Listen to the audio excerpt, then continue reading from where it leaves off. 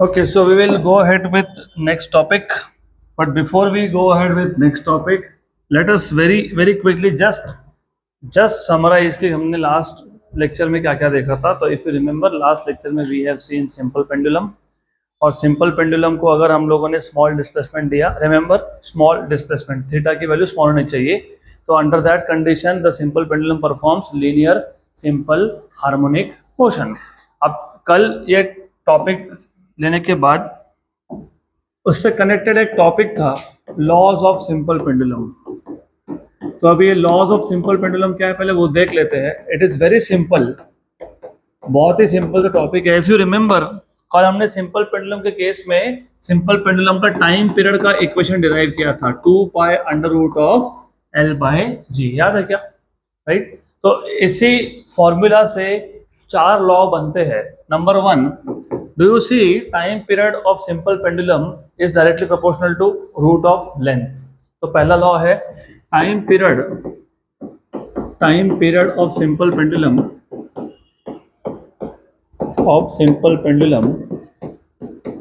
is directly proportional to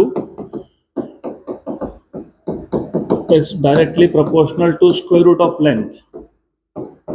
Is directly proportional to square root of length.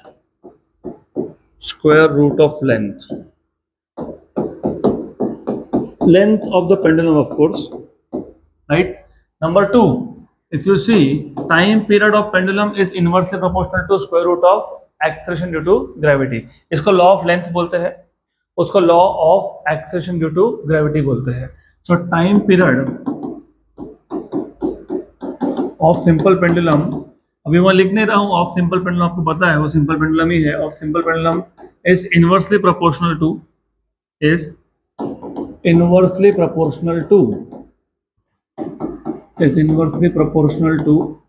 square root of acceleration due to gravity.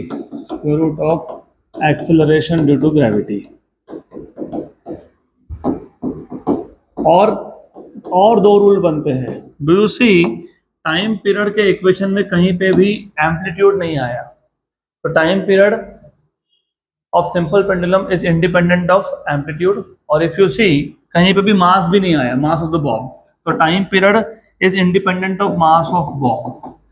तो time period is independent of course of simple pendulum is independent of amplitude and time period is independent of mass of bob. Pendulum के नीचे जो metallic sphere होता है उसका जो मास है उस मास को हम लोग बॉब बोलते हैं, तो मेटालिक स्फीयर को भी call as bob. So time period is independent of mass of bob. तो ये 4 लॉज है, laws of simple pendulum. But then इसके बाद अगर आपको याद होगा तो हम लोगों ने क्या देखा था? Angular SHM. याद है क्या एंगुलर एसएचएम?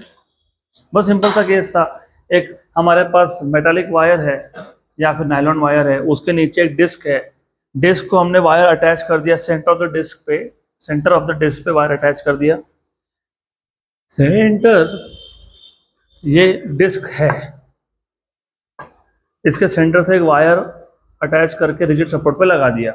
फिर इस डिस्क को हमने क्लॉकवाइज रोटेट किया, तो जो वायर था वो एंटी क्लॉकवाइज ट्विस्ट हुआ और फिर इसको छोड़ दिया. तो ये पता है क्या करता है? It performs rotational motion clockwise and anti clockwise. Correct. तो ये जो clockwise anti clockwise rotational motion है इसको हम लोग बोलते हैं एंगुलर एसएचएम या फिर टॉर्शनल ऑसिलेशंस. राइट. तो अभी मैं अज्यूम कर रहा हूँ कि तुमको वो सब थ्योरी याद है, क्योंकि कल ही हमने देखा था लास्ट लेक्चर में, तो आई होप यू रिमेंबर. अब उसके साथ ही कनेक्टेड एक टॉपिक है विच इज, क्या है अगला टॉपिक? देखो, magnet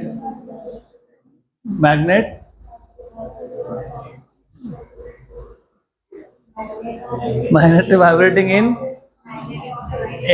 in an uniform magnetic field. तो magnet vibrating in an uniform magnetic field. magnet vibrating in an uniform magnetic field. पहले तो ये समझ लो कि हमारा इस टॉपिक में टास्क क्या है। इस टॉपिक में हमको ये नहीं शो करना कि ये जो मैग्नेट के वाइब्रेशन है वो सिंपल हार्मोनिक मोशन है, क्योंकि जब तुम बोलते हो कि सिंपल हार्मोनिक मोशन है, इसका मतलब तुम बोल रहे हो, अगर लीनियर मोशन की बात कर रहे हो तो तुमको ये शो करना पड़ता है कि acceleration is directly proportional to magnitude of displacement and the direction is opposite, A equal to minus omega square x prove करना पड़ता है। सिमिलरली अगर तुमको एंगुलर एक्सेशन प्रूव करना है तो तुमको alpha angular acceleration is directed opposite to that of angular displacement and is directly proportional to magnitude of displacement, ये शो करना पड़ता है। हमको वो शो नहीं करना है, हमको ऑलरेडी अज्यूम करके चलना है कि हमारे पास जो मैग्नेट है जो वाइब्रेट हो रहा है एक्सटर्नल यूनिफॉर्म मैग्नेटिक फील्ड में वो एंगुलर एसएचएम है। हमको फाइंड करना है टाइम पीरियड। क्या फाइंड करना है? Time period. तो पहले पूरा सिचुएशन समझ लो अच्छे से, क्योंकि बाद में बहुत कंफ्यूजन होगा। हमारे पास एक यूनिफॉर्म मैग्नेटिक फील्ड है। सबसे पहले तो तुमको पता होना चाहिए कि यूनिफॉर्म मैग्नेटिक फील्ड को हम लोग रिप्रेजेंट कैसे करते हैं, उसका मतलब क्या होता है। जब भी यूनिफॉर्म मैग्नेटिक या इलेक्ट्रिक फील्ड सुनोगे, यूनिफॉर्म इलेक्ट्रिक फील्ड का मतलब होता है कि इलेक्ट्रिक फील्ड की वैल्यू और डायरेक्शन हर जगह पे सेम। वैसे ही मैग्नेटिक फील्ड अगर यूनिफॉर्म है तो उसका मतलब भी वही होता है कि मैग्नेटिक फील्ड की वैल्यू और डायरेक्शन हर जगह पे सेम। तो यूनिफॉर्म इलेक्ट्रिक या यूनिफॉर्म मैग्नेटिक फील्ड को हम लोग ग्राफिकली रिप्रेजेंट करने के लिए पैरेलल वेक्टर्स ड्रॉ करते हैं। तो we draw set of parallel vectors. तो जहां पे भी तुम पैरेलल वेक्टर्स दिखाओगे मतलब ये यूनिफॉर्म फील्ड है। अगर मैग्नेटिक फील्ड की बात करें तो यूनिफॉर्म मैग्नेटिक फील्ड है, इलेक्ट्रिक फील्ड बोलो तो इलेक्ट्रिक फील्ड है। मैग्नेटिक फील्ड को हम डिनोट करते हैं B से, और मैग्नेटिक फील्ड का डायरेक्शन होता है north to south. Electric field होता है फ्रॉम नेगेटिव टू पॉजिटिव, है ना, positive to negative. Electric field line start from positive charge and end at negative charge. Magnetic field line start from north pole and end at south pole. तो basic चीजें पता होनी चाहिए आपको।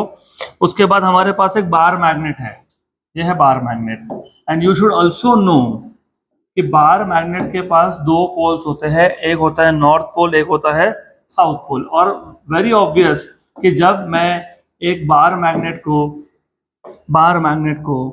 एक external field में सस्पेंड कर देता हूँ, राइट, तो it basically comes to equilibrium with its axis parallel to the field।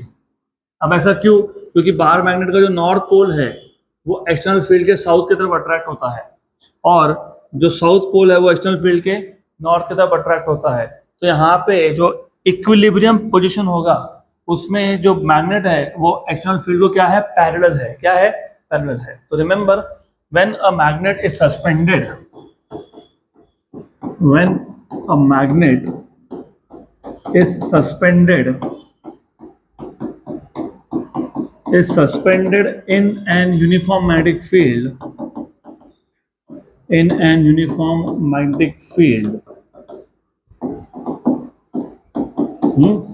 so it comes to equilibrium, या it remains in equilibrium, ऐसा ही बोल सकते हो। it remains in equilibrium at equilibrium with its axis। ये जो magnet का, by the way what is magnet का axis? Magnetic axis मतलब कौन? और straight line passing through north pole and south pole, उसको क्या बोलते हो? Magnetic axis. तो when you suspend a bar magnet in a uniform external magnetic field, ये एक्सटर्नल फील्ड है, it remains at equilibrium with its axis। Magnetic field को axis क्या है? पैरेलल है कि परपेंडिकुलर है? पैरेलल। तो with its axis parallel to the field, parallel to the field. Okay, तो हमने क्या किया? हमने सिर्फ एक मैग्नेट को सस्पेंड कर दिया, छोड़ दिया, सस्पेंड कर दिया। तो it is at equilibrium with its axis parallel to the field. अब हम क्या करेंगे? अब हम लोग सिर्फ इसको डिस्प्लेस करेंगे थ्रू स्मॉल एंगल। अब हम लोगों ने इस मैग्नेट को डिस्प्लेस किया थ्रू स्मॉल एंगल, राइट। तो ये जो नॉर्थ पोल था, ये नॉर्थ पोल यहाँ आ गया और ये साउथ पोल यहाँ पे आ गया। नाउ गेस क्या होगा? आप सोचो क्या होगा? ऑसिलेशन, क्योंकि ये नॉर्थ वापस से साउथ ऑफ द फील्ड की तरफ अट्रैक्ट होगा और ये साउथ नॉर्थ की तरफ, तो इट स्टार्ट्स ऑसिलेटिंग। तो ऐसा ऑसिलेट होता रहता है, right. So when the magnet is slightly displaced, हमने मैग्नेट को स्मॉल एंगल से डिस्प्लेस किया। So when the magnet is slightly displaced and released, it performs oscillations. Okay, so when the magnet is slightly displaced and released, right, क्या करेगा? It performs oscillations. It performs, मैं ऐसा बोलूँगा, it performs angular simple harmonic motion, क्योंकि मैंने पहले ही बोल दिया हमारा टास्क यहाँ पे एंगुलर एसएचएम प्रूव करना नहीं है, वो तो अभी हम अज्यूम करके चलेंगे कि हाँ एंगुलर एसएचएम है। हमको सिर्फ क्या फाइंड करना है? Time period. क्या फाइंड करना है? Time period. और अगर आपको याद होगा टाइम पीरियड का फॉर्मूला होता है 2 pi upon under root of acceleration per unit displacement. अगर वही एंगुलर मोशन में है तो 2 pi upon under root of angular acceleration per unit angular displacement, बराबर। तो अब सब first of all you should know torque. हाँ, अभी ये भी बात आ गई। कोई बात तो ये है कि ये ऑसिलेट हुआ ही क्यों? क्योंकि जब तुमने डिस्प्लेस किया तो यहाँ पे इसके ऊपर एक टॉर्क एक्ट हुआ, क्योंकि रोटेशन के लिए कौन रिस्पॉन्सिबल होता है? टॉर्क। तो जब तुमने इसको डिस्प्लेस किया उस केस में इसके ऊपर एक रिस्टोरिंग टॉर्क एक्ट होता है। क्या एक्ट होता है? Restoring torque. So in this case, और याद रखना कोई भी सिंपल हार्मोनिक मोशन हो, अगर लीनियर मोशन की बात कर रहे हो तो उसमें रिस्टोरिंग फोर्स होना चाहिए। अगर तुमने डिस्प्लेसमेंट टू द राइट किया तो restoring force should be to the left. याद करो वो स्प्रिंग का एग्जांपल, एक वर्टिकल सपोर्ट था, एक स्प्रिंग था, एक टेबल था, फ्रिक्शनलेस था, उसके ऊपर ब्लॉक था, ब्लॉक को स्पिन लगा के रखा है, तुमने ब्लॉक को राइट में, मेरा लेफ्ट है तुम्हारा राइट है, राइट में डिस्प्लेस किया तो डिस्प्लेसमेंट टू द राइट है और restoring force to the left है, टुवर्ड्स मीन पोजीशन। और अगर तुमने ब्लॉक को लेफ्ट में डिस्प्लेस किया तो डिस्प्लेसमेंट टू द लेफ्ट है लेकिन restoring force to the right है। तो लीनियर मोशन में रिस्टोरिंग फोर्स होता है जो ऑब्जेक्ट को अपने मेन पोजीशन के तरफ, मतलब इक्विलिब्रियम की तरफ वापस ले जाता है। यहाँ पे रिस्टोरिंग टॉर्क होता है क्योंकि ये रोटेशनल मोशन है। कौन सा मोशन है ये? रोटेशनल।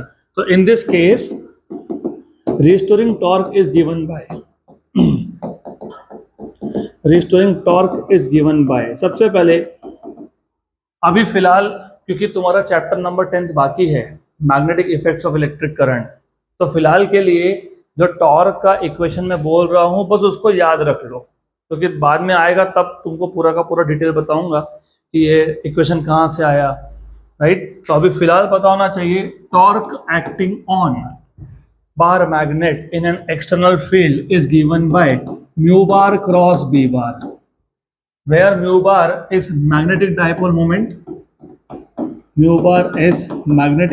मोमेंट। अब ये मैग्नेटिक डाइपोल मोमेंट क्या होता है ये भी हम देखेंगे डिटेल में। अभी फिलहाल के लिए your job is just to remember the formula. और वैसे तो मैं बोल सकता था कि 11 में देखा, क्योंकि 11 में देखा है तुमने, ये मैग्नेटिज्म नाम का चैप्टर था, 11 नंबर चैप्टर था, उसमें भी हम लोगों ने ये डाइपोल मोमेंट देखा है। तो कोई बात नहीं याद तो वापस से आ जाएगा आगे। और बी तो एक्सटर्नल फील्ड है, therefore do you remember what is a bar cross b bar का magnitude? A B sine theta. तो mu bar cross B bar का क्या आएगा? Mu B sine theta. और ये बी बार क्या है तो पहले से बता दिया, वो एक्सटर्नल फील्ड है, एक्सटर्नल मैग्नेटिक फील्ड है, तो म्यू बी साइन थीटा। और याद रखना एंगुलर एसएचएम में हर बार हम लोग बोल रहे हैं एंगल स्मॉल है, और मैंने बोला भी है कि if it is displace slightly मतलब स्मॉल एंगल था, तो इफ थीटा इज स्मॉल, अगर थीटा स्मॉल हुआ तो साइन थीटा की जो अप्रोक्सीमेट वैल्यू वो कितनी होती है? थीटा। तो देयरफॉर टॉर्क क्या आ जाएगा? Mu B theta, right, correct. लेकिन since what? Since torque is oppositely directed to angular displacement, torque is oppositely directed to angular displacement,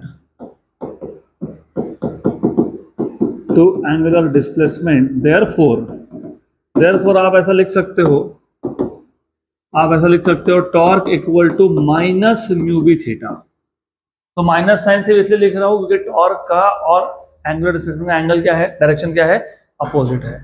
अभी तो बताया मैंने कि अगर मैंने इसको क्लॉकवाइज रोटेट किया मतलब एंगल क्लॉकवाइज है तो रिस्टोरिंग टॉर्क एंटी क्लॉकवाइज है। तो negative sign indicates that the torque and angular displacement are oppositely directed. Very good. But do you remember torque is always I alpha where I is moment of inertia. किसका moment of inertia? कौन rotate हो रहा है? Magnet. कुछ और है ही नहीं वहां पे तो फिर magnet. So where I is moment of inertia of magnet, M I of magnet. इसको इक्वेशन नंबर 2 बोल देते हैं, इसको इक्वेशन नंबर 1 बोल देते हैं। और फिर from equation number 1 and 2 torque equals to I alpha which is equals to minus mu B theta. So therefore alpha by theta is minus mu b by I. Therefore mod of alpha by theta equals to mu b by I. But we know that. What do you know? Time period is equals to 2 pi under root of क्या? Angular acceleration per unit angular displacement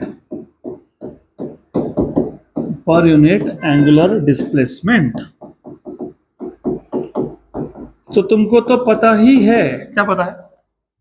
angular acceleration मतलब कौन? Alpha. Angular displacement मतलब कौन? Theta. तो angular acceleration per unit angular displacement मतलब कौन? Alpha by theta. तो time period क्या आएगा? Time period 2 pi upon root of alpha by theta. लेकिन root of alpha by theta, what is alpha by theta? Mu B upon I. Therefore time period क्या आ गया? 2 pi under root of I upon mu B. ये मिल गया हमको time period of a magnet vibrating in an external uniform magnetic field. पक्का? Good. Easy है, nothing is difficult, it is too easy, too simple. पक्का? बढ़े तो the last topic of this chapter. हाँ, लास्ट टॉपिक डैम्प्ड ऑसिलेशंस। बोलोगे इसके बाद तो फ्री एंड फोर्स वाइब्रेशन दिया हुआ है। डैम्प्ड ऑसिलेशंस है, उसके बाद फ्री एंड फोर्स वाइब्रेशंस है। हाँ, तो फ्री एंड फोर्स वाइब्रेशन वो मैं हर साल रीडिंग असाइनमेंट देता हूँ क्योंकि वो सिर्फ रीडिंग है, सिर्फ पढ़ना है, समझना है। नहीं समझ में आया तो मुझे पूछना है, राइट? गुड। तो वो आप समझ में आ जाएगा, आपको एक रीडिंग में समझ में आ जाएगा। नहीं आया तो फिर यू कैन आस्क मी, कोई प्रॉब्लम नहीं है। So let's move to the last topic of this chapter, damped oscillations. Interesting, simple, very simple. और जब मैं बोलता हूँ कि तुम प्रैक्टिकली रियल लाइफ में तुमने ऑसिलेटरी मोशन देखा है तो नॉर्मली तुमने 2 टाइप के ऑसिलेटरी मोशन देखे हैं। बता दो 2 कौन से? Let us take example of a sewing machine, सिलाई मशीन। अब सिलाई मशीन जब तुम करंट पास करोगे तो needle goes up and down with the same amplitude every time. जितना वो नेगेटिव साइड पे जाएगा उतना ही वो पॉजिटिव साइड पे जाएगा। हर बार वैसा ही होगा। तो एम्पलीट्यूड रिमेन्स कांस्टेंट। तो अब तक तुमने जितने भी टाइप के ऑसिलेशन देखे, अब इसी चैप्टर में बोल रहा हूं मैं, तुमने स्टार्ट किया था सबसे पहले वो ब्लॉक लिया था, स्प्रिंग लगाया था, उसको डिस्प्लेस किया था, it was vibrating, amplitude was constant, है ना? बराबर। उसका तुमने पेंडुलम का केस देखा, उसमें भी हमने क्या अज्यूम किया? Amplitude is constant. उसके बाद हमने टॉर्शनल ऑसिलेशन देखे, डिस्क को तुमने रोटेट करके छोड़ दिया, एम्पलीट्यूड इज कांस्टेंट। उसके बाद तुमने बार मैग्नेट देखा, अभी जस्ट, एम्पलीट्यूड इज कांस्टेंट। लेकिन let us take an real example of it. तुम खुद भी, अभी आप में से कोई ऐसा होगा नहीं, अगर हुआ तो तुम्हारा बचपन व्यर्थ था। ऐसा कोई है कि बचपन में झूले पे नहीं बैठे? है कोई? कभी तो बैठे होंगे, है ना? तो झूलने के लिए हर बार जैसे नीचे आते हो तो क्या करते हो? वापस ऊपर जाना तो क्या करते हो? ग्राउंड पे पुश करते हो ना? क्यों करते हो? नहीं किया तो पता है क्या होगा? लुक, दिस इज अ झूला, स्विंग। झूला, स्विंग, पेंडुलम सब एक जैसा ही होता है। झूले में रस्सी होती है, नीचे झूला होता है जिसपे तुम बैठते हो, तो तुम्हारा mass is the weight of the Bob kind of. Pendulum में रस्सी होती है, नीचे एक बॉल होता है, वेट। अब इमेजिन ये इसको यहाँ पे लाया, छोड़ दिया, व्हाट इज हैपनिंग? एम्पलीट्यूड कम हो रहा है। तो जब ऑसिलेशन का एम्पलीट्यूड कम होता जाए उसको बोलते हो डैम्प्ड ऑसिलेशंस। क्या बोलते हो? Damped oscillations. तो हमने अब तक ये सोचा ही नहीं कि ऐसा भी हो सकता है, इन रियलिटी ऐसा ही होता है। अब तो मैंने तुमसे पूछा नहीं कि एम्पलीट्यूड कम क्यों हुआ, क्यों कम हुआ? Air resistance, very good. जब तुम भी झूले पे बैठते हो तो तुम एयर से पास हो रहे हो, एयर अपोजिंग फोर्स लगाता है, उसको ड्रैग बोलते हैं, drag, right. It's similar to you walking in water. पानी में चल के बताओ, थोड़ा दिक्कत होती है ना, because water is opposing your motion. तो ये जो पेंडुलम का केस लिया मैंने, या जो स्विंग का केस मैं बता रहा हूँ, in both the cases the motion is through air. तो एयर रेजिस्ट करता है, एयर अपोज करता है, ऐसे ऑसिलेटरी मोशन को बोलते हो डैम्प्ड ऑसिलेटरी मोशन, राइट। तो देखो नोट्स में पहला ही पॉइंट लिखा है, पूरा पहला पैराग्राफ में सब समझा दिया। क्या लिखा हुआ है पहला? क्या लिखा हुआ है? पढ़ो पढ़ो पढ़ो। हाँ, if the amplitude of oscillation of an oscillator is reduced due to external force, due to external application of external force, right, then the oscillator and its motion is said to be damped। बराबर। तो ये important था और तुमसे क्यों पढ़वाया है exam में, तो तुमको लिखना है ना। तो if the amplitude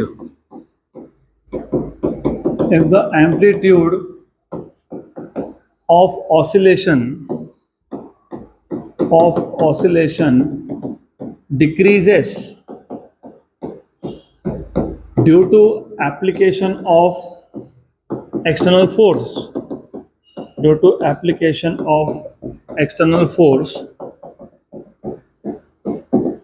then the oscillator and its motion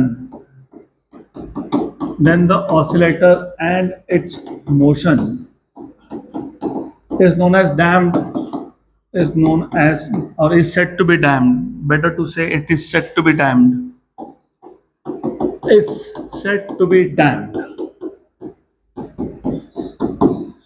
Thus we can define what are damped oscillation. Thus the periodic oscillation of an oscillator with gradually decreasing amplitude are known as damped oscillations, right?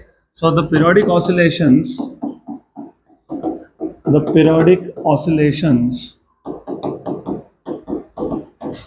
of an oscillator अब ये oscillator क्या होता है? जो भी oscillate होता है वो ऑसिलेटर होता है। झूला ऑसिलेटर है, पेंडुलम ऑसिलेटर है, सिलाई मशीन का नीडल ऑसिलेटर है। तो whatever can oscillate is an oscillator. So the periodic oscillation of an oscillator with gradually decreasing amplitude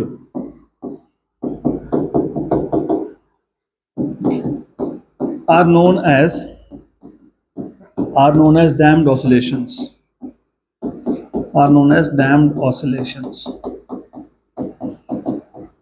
Good. अब अगर आपको लीनियर सिंपल हार्मोनिक मोशन अच्छे से पता है तो आपको ये टॉपिक में कोई प्रॉब्लम ही नहीं आने वाला है, आ ही नहीं सकता। चैप्टर तो सिंपल है वैसे भी और कनेक्टेड है। तो मैं वापस थोड़ा सा बता देता हूँ। हमने जब ये चैप्टर स्टार्ट किया, जब हमको डिफरेंशियल इक्वेशन बनाना था इसका सिंपल हार्मोनिक मोशन का, पहली बात उस केस में हमने मोशन को अनडैम्प्ड अज्यूम किया है, डैम्पिंग नहीं हो रहा था। मैंने इसलिए पहले बोला था कि फ्रिक्शन नहीं है। अभी भी बोला मैंने कि टेबल पे फ्रिक्शन नहीं था, टेबल और ब्लॉक के बीच में फ्रिक्शन था ही नहीं, क्योंकि जब फ्रिक्शन हो तो अपोजिशन होता है, तब जाके मोशन डैम्प होता है। अगर फ्रिक्शन ही नहीं हो तो मोशन क्या होता है? अनडैम्प। मतलब तुमने ये टॉपिक छोड़ के जितने भी टॉपिक पढ़े हैं इस चैप्टर में वो सबके सब किसके लिए थे? अनडैम्प के लिए।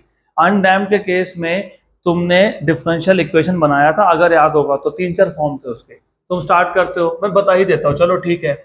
तुम स्टार्ट कहाँ से करते हो वो समझेगा तो तुमको ये भी समझेगा। देखो ऐसा है, थोड़ा सा मैं एक काम करता हूँ आपके बेटर अंडरस्टैंडिंग के लिए। जो पहले तुमने सीखा वो और इसमें क्या नया वो एक साथ ऐड कर देता हूँ, तो तुमको डिफरेंस समझ में आएगा।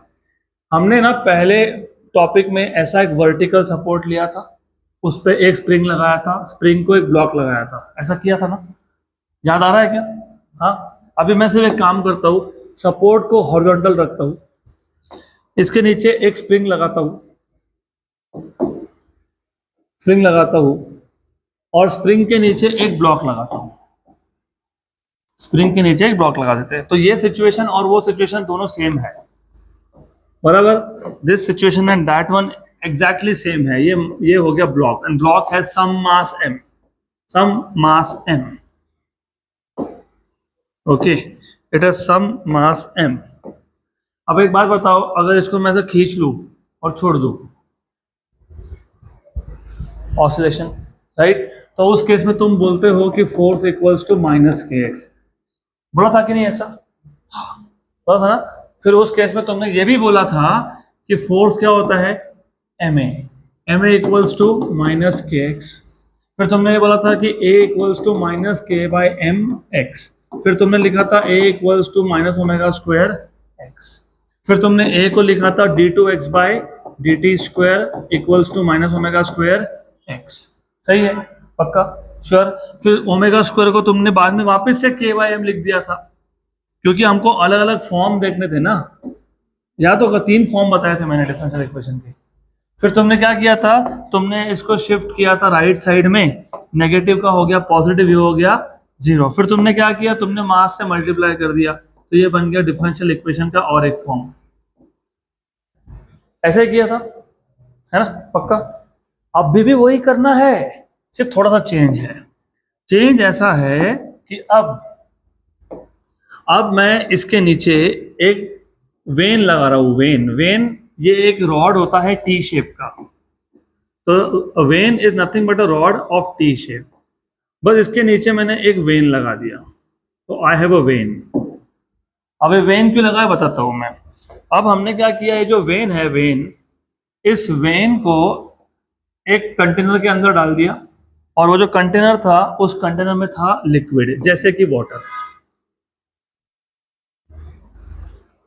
क्यों ऐसा? क्योंकि जब अब इस केस में मैं अगर ये जो ब्लॉक है जिसका मास m है, ये ब्लॉक m, इसको अगर नीचे खींच के छोड़ता हूं तो ब्लॉक तो ऑसिलेट होगा, साथ में वेन भी ऑसिलेट होगा।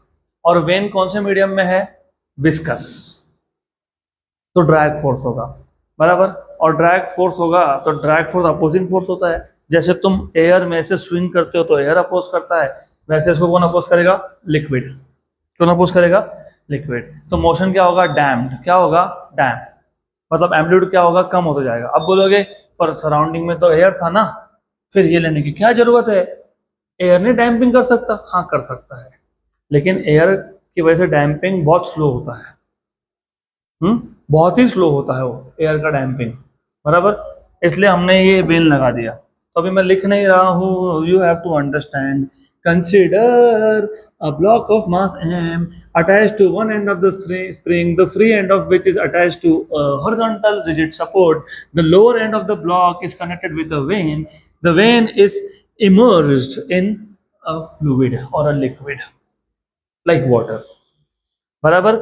अब थोड़ा सा सीन चेंज होगा। जब तक तुमने ये नहीं लगाया था तब तक the only force acting was restoring force. जब तक तुमने वेन नहीं लगाया था तब तक only force acting was the restoring force due to spring, due to spring. अब ऐसा हुआ कि 2 फोर्सेस हैं, एक नहीं है, मेथड सेम है, मेथड में कोई भी चेंज नहीं है। अब यहाँ पे 2 फोर्स एक्ट होते हैं। One is the damping force due to water, due to liquid. So there are 2 forces acting now, damping force. और याद रखना, ये जो डैम्पिंग फोर्स होता है, this damping force depends on the surrounding medium. Air के लिए अलग, क्योंकि एयर कम फ्रिक्शन प्रोवाइड करेगा, वाटर के लिए ज्यादा होगा, और अगर हनी डाल दिया तो और भी ज़्यादा होगा। तो मोर विस्कस फ्लूइड मतलब more is the damping force. तो दिस डैम्पिंग फोर्स, नाम में है डैम्पिंग तो PFD बोल देता हूँ, डैम्पिंग फोर्स। ये होता है minus BV। So damping force is directly proportional to velocity. It depends on two things. It depends on surrounding medium and it depends on the velocity. Minus sign क्यों लिखा? Oppose कर रहा है. So negative sign indicates that this is opposing force. This is opposing force. और B को बोलते हो damping constant. क्या बोलते हो? Damping constant. So negative sign indicates that this force opposes the motion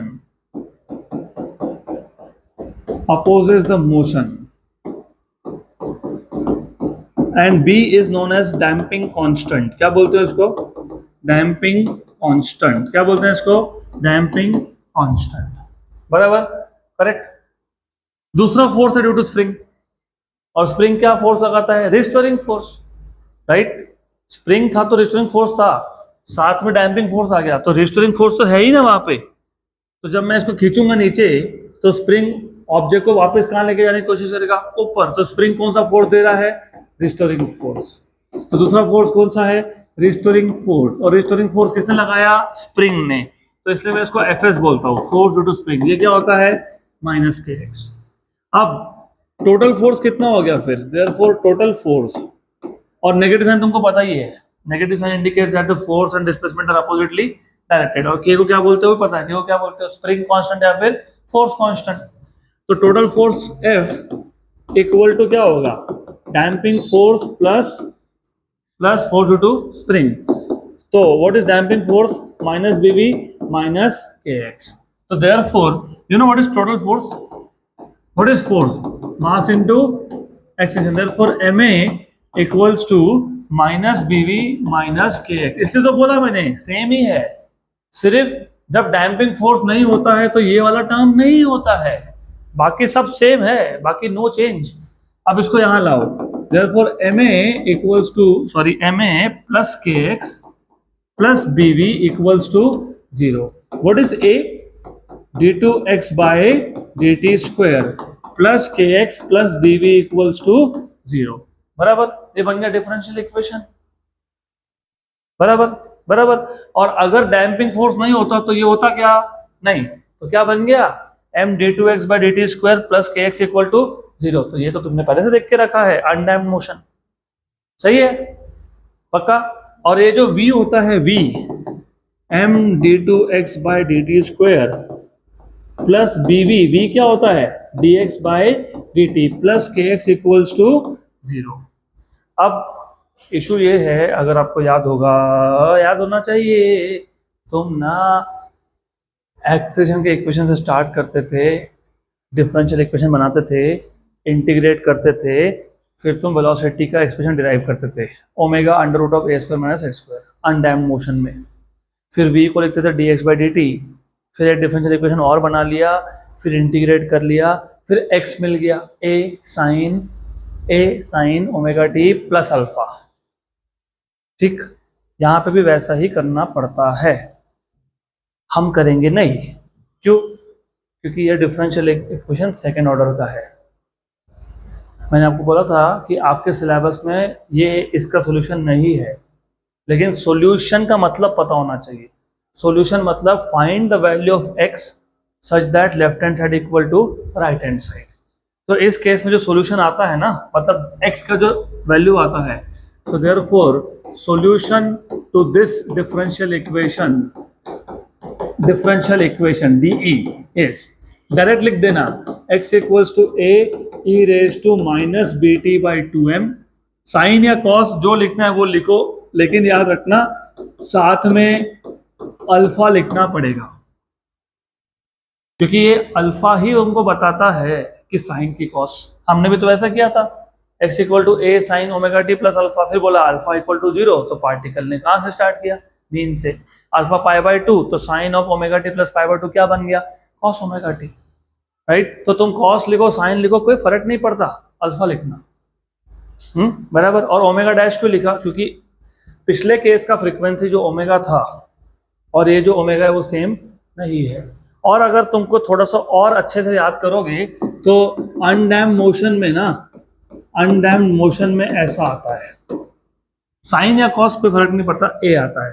अब वो ए क्यों आता है वो भी समझ लो, और इधर ए के साथ और एक टर्म है e raise to minus B T by 2m, वो क्यों आया वो भी समझ लो। तो ये समझना बहुत इंपॉर्टेंट है, वेरी वेरी इंपॉर्टेंट। अगर मैं ग्राफ प्लॉट करूं, जो तुमने ऑलरेडी किया है, हमने ग्राफिकल रिप्रेजेंटेशन भी किया है, याद है क्या? ग्राफिकल रिप्रेजेंटेशन ऑफ एसएचएम, दोनों केस देखे थे, the particle starting from mean position and the particle starting from extreme position. मैं फिलहाल मेन की बात करता हूं। तो let us talk about graphical representation of particle performing SHM starting from its mean position। अगर मोशन अनडैम्ड हो, by the way particle का maximum displacement to the positive side ये होता है प्लस ए, और नेगेटिव में होता है माइनस ए। अगर मोशन अनडैम्ड हो, what is the meaning of undamped motion? Amplitude will remain constant. तो उस केस में एम्पलीट्यूड हमेशा ही क्या रह रहा है? सेम रह रहा है हमेशा। तो ये एम्पलीट्यूड ए है, तो ये भी ए है, तो ये भी ए है, और ये भी ए है। ये अनडैम्प में था, लेकिन जब डैम्पिंग फोर्स आ जाए, डैम्पिंग फोर्स आ जाए तो एम्पलीट्यूड क्या होता है, क्या होने लगता है? Gradually decrease. मतलब शुरू में तो इतना था, लेकिन बाद में जो वो है वो हो रहा है कम। तो ऐसा कम होते होते मोशन ही खत्म हो गया, राइट? बराबर। इसके लिए ही तो ये वाला टर्म है ना, माइनस है, minus minus e raise to minus, मतलब डिक्रीजिंग होता है। अगर तुमने गलती से है ना, गलती से मिस्टेक कर दिया, मतलब प्लस लिख दिया, वो गाना है गलती से मिस्टेक, तो आई नो गलती और मिस्टेक एक ही बात है। तुमने अगर ऐसा लिख दिया प्लस, मतलब तुम ये बता रहे हो,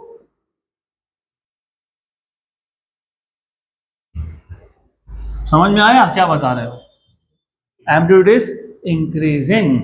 तो ऐसे चीजों को याद रखा जाता है कि डैम्प्ड ऑसिलेशन में एम्पलीट्यूड कम हो रहा है, बढ़ नहीं रहा है, तो इधर कौन चाहिए? माइनस।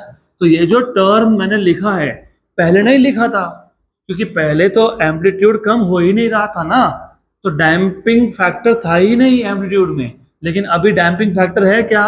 है, राइट? तो अगर तुम देखोगे तो मैंने आपके नोट्स में ना एक डायग्राम दिया हुआ है। इफ यू सी ऐसा डायग्राम दिया है क्या? ऐसा एक डायग्राम है ना? गुड। तो it is telling you that the amplitude is decreasing. सही है? पक्का श्योर राइट? तो याद रखना। अब वन लास्ट थिंग, वहां पे पिछले केस में जो ओमेगा था वो था under root of k by m, यहां पे under root of k by m minus b by 2m square. तो ओमेगा सेम है क्या? नो, इसलिए इसको ओमेगा डैश बोला। फ्रीक्वेंसी सेम कैसे हो सकता है? तुम खुद ही बोल रहे हो मोशन स्लो हो रहा है। भाई मोशन स्लो होने का मतलब फ्रीक्वेंसी भी चेंज हो रहा है। तो omega dash root of k by m minus b by 2m square. अगर ऐसा है, फ्रीक्वेंसी कम हो रहा है तो टाइम पीरियड बढ़ रहा है। What is time period? 2 pi by omega, है ना? तो यहाँ पे क्या आएगा? Omega dash. तो 2 पाई बाय, पिछले केस में क्या था? 2 पाई बाय ओमेगा था। ओमेगा क्या था पिछले केस में? Under root of k by m. यहाँ पे under root of k by m है क्या ओमेगा? नहीं, यहाँ पे कौन है? Under root of k by m minus b by 2m का स्क्वायर। तो ये आ गया टाइम पीरियड। क्या आ गया ये? Time period. पक्का?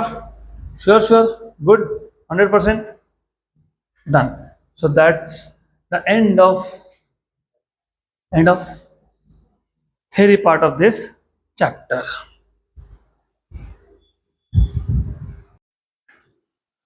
Okay, so we'll go ahead with more questions. जो questions हमारे बाकी रह गए थे, we will go ahead with those questions. So if you remember example 5.10 हमारा बाकी था, तो we'll go ahead with example 5.10. 5.9 हुआ है ना? पक्का? यस। तो 5.10 the period of oscillation of a simple pendulum increases by 10% when its length is increase by 21 centimetre. तो जब आपने लेंथ को 21 सेंटीमीटर से बढ़ा दिया तब टाइम पीरियड 10% से बढ़ गया। Find its initial length and initial period. तो फर्स्ट ऑफ ऑल मैंने आपको बहुत बार बताया है 10% से इंक्रीज होना मतलब अगर पहले टाइम पीरियड t था तो अभी 1.1 t है, 20% से इंक्रीज होना तो अभी 1.2 t है, 25% से 1.25 t है, 30% 1.3 t है। तो जिनको अभी भी नहीं पता मैं वापस बता देता हूँ, T2 equals to T1 plus 10% of T1। Growth कभी भी इंक्रीमेंट या डिक्रीमेंट कभी भी इनिशियल वैल्यू के कंपेरिजन में होता है। तो व्हेन दे से 10% से इंक्रीज हुआ मतलब प्लस 10% ऑफ T1 हुआ। तो T2 equals to T1 plus 10% of T1 is 10/100 T1। So T2 equals to T1 plus 0.1 T1. तो T2 equals to 1.1 T1. 1.1 T1. तो नेक्स्ट टाइम से डायरेक्टली 1.1 T1 लिख दूंगा मैं। ये कब हुआ? जब लेंथ जो है वो 21 सेंटीमीटर से बढ़ा। Length is not increase by 21%, length is increase by 21 centimetre. तो इधर परसेंटेज में मत लिख देना फिर। So if the initial length was L1 centimeter, the final length is L1 plus 21 centimeter, and they're asking you to find out what is the initial time period and what is the initial length. Initial time period and initial length. Good. So which formula will you be using? How do you find out length and time period? What is the formula for time period of a simple pendulum? If you remember, 2 pi under root of L by G। तो इसका मतलब ये हो गया 2 pi और G तो constant है ना, तो T is proportional to root of L। तो that is the formula you will be using. तो सिंपल सा फॉर्मूला है तो फटाफट सॉल्व कर लेंगे। T2 by T1 equals to under root of L2 by L1। लेकिन अभी मैंने बताया T2 by T1 is 1.1, this is 1.1 under root of L2 by L1। लेकिन what was L2? What is L2? L1 plus 21 upon L1 बराबर correct. Squaring on both sides तो 1.21 क्योंकि 11 का square अगर 121 होता है तो 1.1 का 1.21 होता है। L1 प्लस 21 by L1 इसको यहाँ शिफ्ट कर दो तो यू है 1.21 L1 equals to L1 plus 21 which means कुछ नहीं है, सॉल्व करना है, सॉल्व करके हो गया। तो you have 1.21 L1 minus L1 equals to 21। तो 0.21 L1 इक्वल्स टू 21। तो what is L1? 21 by 0.21। How much is that? 100 centimetre. कितना आ गया? 100 centimetre. 100 centimetre is the initial length. By the way जिस पेंडुलम का लेंथ 100 सेंटीमीटर मतलब 1 metre हो, तुम सीखोगे अभी थोड़ी देर में, उसको हम लोग बोलते हैं सेकेंड्स पेंडुलम। क्या बोलते हैं? Seconds pendulum. अरे सेकेंड पेंडुलम पे आने से पहले कुछ चीज कल बताना रह गई थी थ्योरी में। कुछ नहीं, सिंपल सी बात है, अब समझ में आ जाएगा। There is something called as laws of simple pendulum. Laws of simple pendulum कुछ नहीं है। Do you see time period का equation? 2 pi under root of L by G। तो 4 लॉ है। टाइम पीरियड लेंथ को कैसा प्रोपोर्शनल है? Directly proportional to square root. ये है आपका पहला law, law of length. Time period of simple pendulum is directly proportional to square root of length. That is first law. It is inversely proportional to root of acceleration due to gravity. That is second law. Law of acceleration due to gravity. Time period of a simple pendulum is inversely proportional to square root of G. Number 3. Does it depend on amplitude? No. That is third law. Time period of a simple pendulum is independent of amplitude. Number 4. Does it depend on mass? No. Mass of the bob? No. तो number 4 time period of simple pendulum is independent of mass of the Bob. ये 4 आपके law थे, laws of simple pendulum. तो theory में रह गया, कोई बात नहीं, अभी हो गया। 4 लाइंस तो है। Time period is directly proportional to square root of length. Time period of pendulum is inversely proportional to square root of acceleration due to gravity. Time period of pendulum is independent of amplitude. Time period is also independent of mass of the bob. Done. अब आ जाते हैं इस पे। Bye the वे जिसका length 100 centimetre हो, 1 metre हो, उसको बोलते हो सेकेंड्स पेंडुलम। क्या बोलते हैं? सेकेंड पेंडुलम देखेंगे हम लोग। और सेकेंड पेंडुलम का मतलब होता है टाइम पीरियड इज 2 सेकेंड्स। मतलब पार्टिकल को मतलब एक क्वेश्चन कंप्लीट करने में कितना टाइम लगता है? 2 सेकेंड्स। ठीक है, देखते हैं वो देखेंगे बाद में। तो लेंथ मिल गया आपको L1, कितना आ गया L1? 100 सेंटीमीटर। इनिशियल लेंथ मिल गया, yes. Then what do you want to find? Initial period. तो अभी क्या करोगे, इनिशियल पीरियड फाइंड करना है ना, तो T1 equal to 2 pi under root of L1 by G, correct. और इसलिए बोला मैंने कि ये 1 मीटर है, दिस इज 1 मीटर। तो T1 equals to under root of L1 की वैल्यू 1 और G की वैल्यू मैं पाई स्क्वायर यूज कर सकता हूँ। तो assuming I am taking approximation pi square equals to G. Good. तो T1 equal to 2 pi, root of pi square is pi, pi pi by by कितना हो गया? 2 सेकेंड्स। तो वही तो बोला था मैंने, a pendulum whose time period is 2 second is called as a seconds pendulum. तो सिर्फ तुमको डेमोन्स्ट्रेट करने के लिए मैंने पाई स्क्वायर की वैल्यू G लिखी है। मैं पाई स्क्वायर की वैल्यू G की वैल्यू मैं 9.81 डालने वाला हूँ, which is the value of G। I just wanted to demonstrate कि सच में 2 आता है, ये भी 2 पॉइंट समथिंग आएगा, ज़्यादा डिफरेंस नहीं आएगा। 9.81 का रूट कितना है? 3.13 और ऊपर 2 पाई है। तो 2 पाई होता है 6.28 और नीचे कितना आया? 3.13। तो 6.28 को अगर मैं डिवाइड करता हूँ 3.13 से तो 2.06 ऐसा कुछ आएगा वो। तो 6.28 को अगर मैं डिवाइड करता हूँ 3.13 से तो 2.006 second, which is basically approximately 2 seconds. Done. The next question.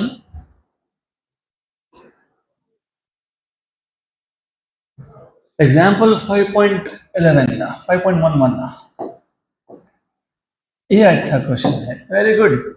In summer season a pendulum clock is regulated as a seconds pendulum, मतलब time period is 2 seconds, and it keeps correct time. During winter, the length of the pendulum decreases by 1%. How much will the clock gain or lose in one day? G value 9.8 metre per second square use करनी है। Question ही नहीं समझ में आएगा। पहली बात तो pendulum clock मतलब क्या, मैं बताता हूँ आपको व्हाट इज पेंडुलम क्लॉक। अभी जो तुम घड़ी यूज करते हो to measure time, right, you have clock watch, but वो जो तो क्लॉक यूज करते हो वैसे अलग अलग क्लॉक्स भी होते हैं। लेट अस से एक पेंडुलम है, पेंडुलम मैं मान लेता हूँ सेकेंड्स पेंडुलम है, मतलब उसको एक ऑसिलेशन कंप्लीट करने के लिए कितना टाइम लग गया? 2 सेकेंड, राइट। मुझे अगर ये पेंडुलम यूज करके टाइम मेजर करना है तो इसको मैं पेंडुलम क्लॉक बोलूँगा। कैसे मेजर करोगे? अभी तुमने बोला एक ऑसिलेशन में कितना टाइम? 2 सेकेंड।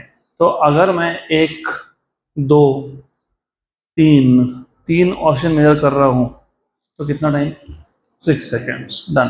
तो you can measure the time by measuring the number of oscillations, उसको बोलते हो पेंडुलम क्लॉक। क्या बोलते हैं उसको? Pendulum clock, right, good.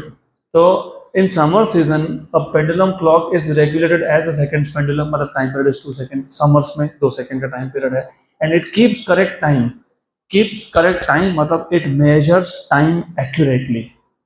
How many number of seconds are there in a day? 24 hours, 24 into 60 minutes, 24 into 60 into 60, that is 84,600 seconds, है ना, बराबर। तो तुम हर दिन 86,400 सेकेंड से बूढ़े हो रहे हो, you are getting old. 24 into 60 into 60, 86,400. For every day you are living 86,400 seconds, correct, good. तो समर में इट कीप्स करेक्ट टाइम, मतलब समर के दिनों में वो बराबर से 86,400 सेकेंड मेजर करता है। मतलब कितने ऑसिलेशन मेजर करता है? 43,200। क्यों? क्योंकि सेकेंड्स पेंडुलम का टाइम पीरियड 2 सेकेंड था। अगर उसको 86,000 मतलब एक ऑसिलेशन के लिए 2 सेकेंड लग गए, तो 2 के लिए कितने लग गए? 4। तो 10 सेकेंड में कितने हो गए? 5। 20 सेकेंड में कितने ऑसिलेशन हो गए? 10।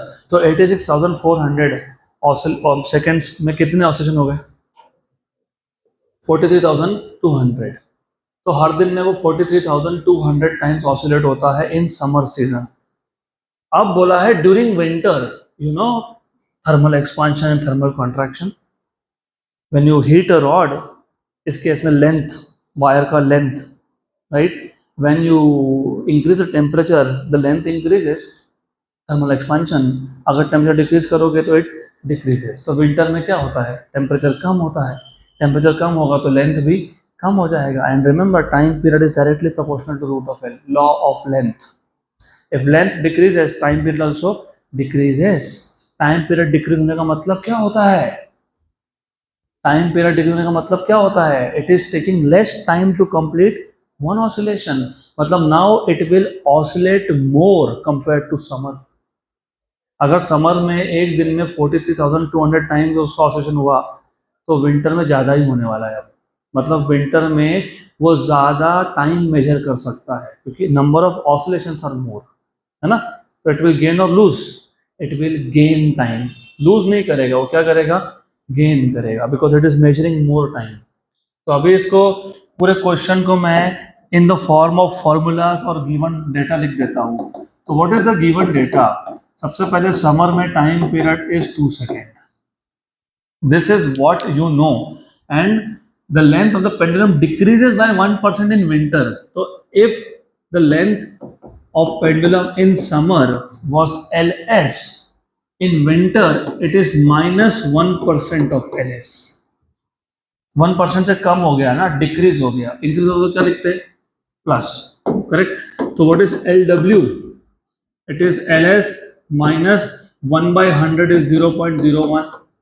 so what is LW, it is 0.99 ls, मतलब what is LW by ls, 99/100।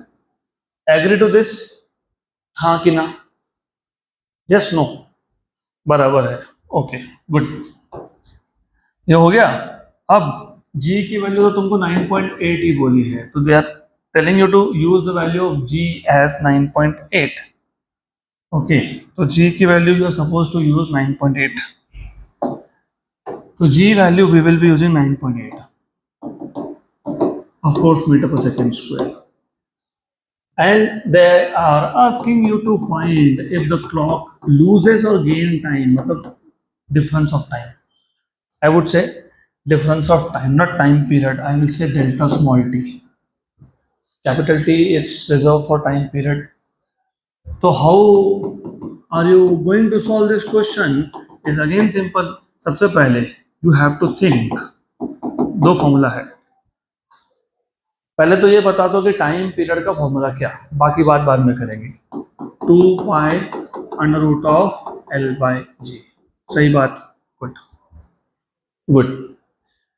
अब मुझे बताओ, अभी मैंने बता ही दिया तुमको, अभी वापस तुमसे पूछ रहा हूँ, बता के वापस तुमसे पूछ रहा हूँ, if 2 second is a time period, मतलब एक ऑसिलेशन 2 सेकेंड में हुआ, तो 10 ऑसिलेशन कितने सेकेंड्स में हुए, 10 ऑसिलेशन कितने सेकेंड में हुए, if 1 oscillation 2 second, 10 oscillation is 20 seconds, बराबर, करेक्ट, बराबर। What is time period, 2 second, number of oscillation जैसे मैंने 10 बोला, तो small n we will keep for number of oscillations and small t we will keep for total time. तो एक काम करेंगे, रिमेंबर दिस, मैं वापस एक बार पूछता हूँ क्योंकि समझ में नहीं आता, बहुत कंफ्यूजन होता है, क्यों कंफ्यूजन होता है, आई डोंट अंडरस्टैंड।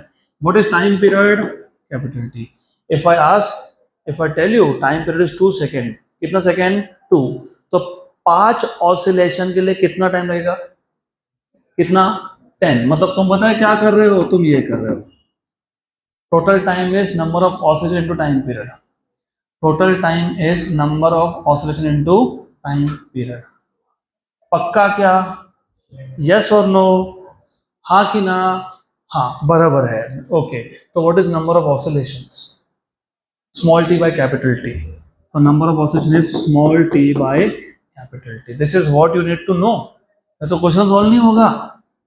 तो अब ऐसा है, let us solve the question now. तो first of all, number of oscillations perform by the pendulum in summers is total time, this is time time in seconds in one day, तो where T is number of seconds in one day, number of second in one day. Okay, तो ये आ जाएगा T upon T S. तो number of second in one day होता है 24 into 60 into 60, जो अभी हमने देखा था 86,400। So therefore, number of oscillations in summer performed by the pendulum is 86,400 upon time period in summer was 2 because it was seconds pendulum. Seconds pendulum clearly बोला है seconds pendulum और TS के लिए 2 है। तो number of oscillations performed is 43,200 in summers। पक्का? Sure। अब आपको चेक करना है how many oscillation does it perform in winter, but to find out that you need to know what is the time period in winter। तो time period of the pendulum in winter कैसे find करोगे, इसलिए तुमको equation 1 चाहिए, T is proportional to root of L। मतलब time period in winter upon time period in summer is root of LW by LS। Good, तो TW equal to under root of LW by LS into TS। What is LW by LS? LW by LS 99 by 100, and what is this? This is 2। 99 by 100 is slightly less than 1, उसका root भी slightly less than 1 ही आएगा, तो 99 divide by 100 0.99 का root 0.99 ही आ गया into 2 seconds 1.9899। I will take it to be 1.99 या 98 भी ले सकते हो, doesn't matter। 1.99, तो time period is 1.99। Time period का कम होना मतलब क्या होता है, ज्यादा ऑसिलेशन होना।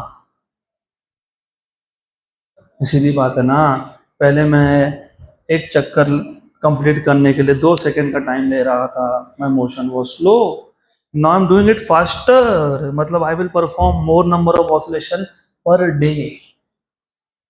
फास्ट मूव होगा तो टाइम कम लगता है।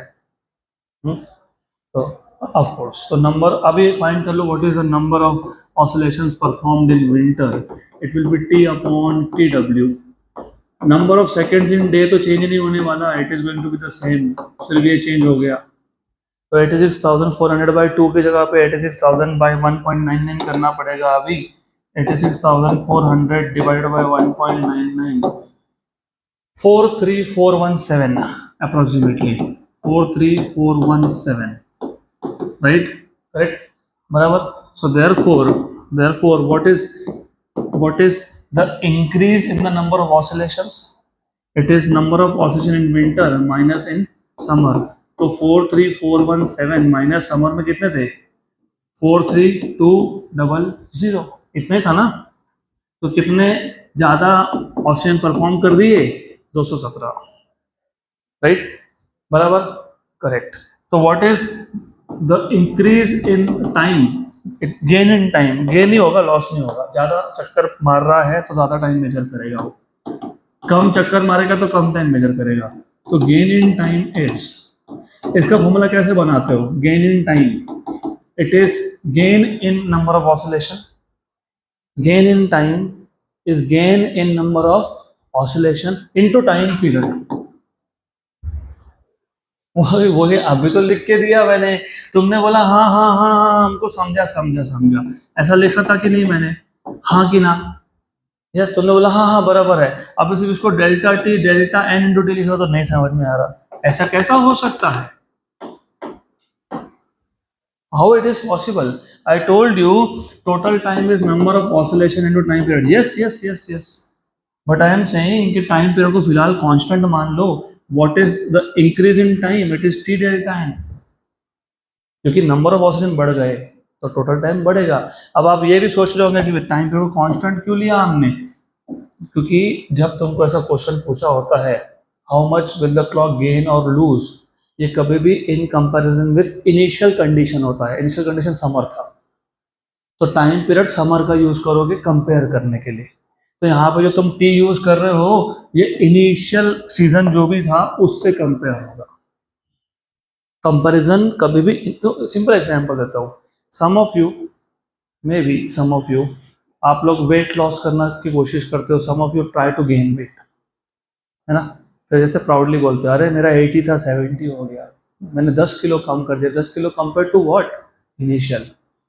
है ना। कोई कोई बोलता है अरे मेरा 50 था अभी 70 हो गया, मैंने 20 किलो गेन कर लिया, कंपेयर टू इनिशियल। तो comparison is always with initial. तो यहाँ इनिशियल टाइम पीरियड होगा 2 into 217, how much is this?